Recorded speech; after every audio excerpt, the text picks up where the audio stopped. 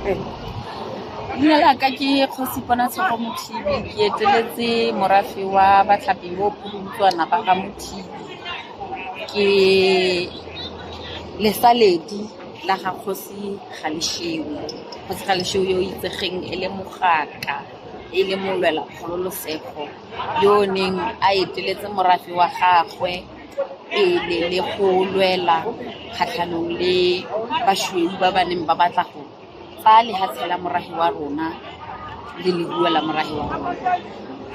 Re mo kgotlheng ya gaetsho mo motseng wa Mothopo gompieno jaana re keteka mogaka yo mo gopola ka ditiro tsa gagwe tse dintle tse re di boneng a re di diretse. Re le bogosi, ntlo ya bogosi, re le khansele, morahe, re tlhamile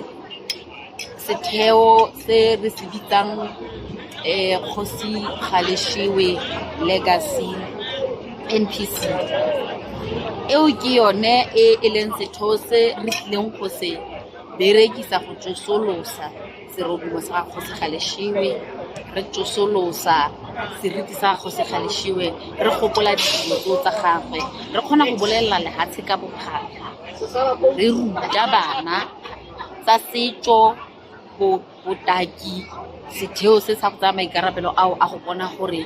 setso sa rona ga se nyelele le kitso ka bogosi ba rona ga e nyelele. So ke sone setheo se e leng gore tse dintsi re tla bo re se dira under the Kgosi Galeshewe Legacy, e leng gore re kaeletse re leng ka bogosi le khansele gore re tswelele re rute bana ba rona. Ga o bona mo tirong ya letsatsi la gompieno re piditse bana ba sekolo gore ba tle ba itse boleng jwa leina le sekolo seo se reeletsweng ka sone. So ke gone go bonang go le boitumelo mo kgotleng ya gaetsho ka gonne re keteka motho e leng goreng le gompieno bogosi ba gaetsho bo tlhomame, a eme ka dinao, a lwela gore sepe sa bogosi ba gaetsho se se ka sanyang. Black history le Kgosi Galeshewe. Kgosi Galeshewe jaaka ga re itse gore ke kgosi ya motho ya Motswana,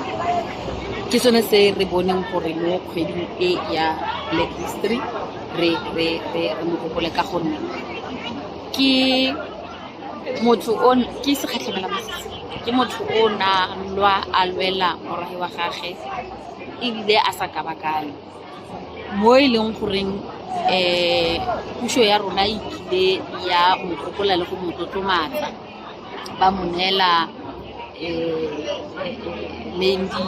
for Bravery Award.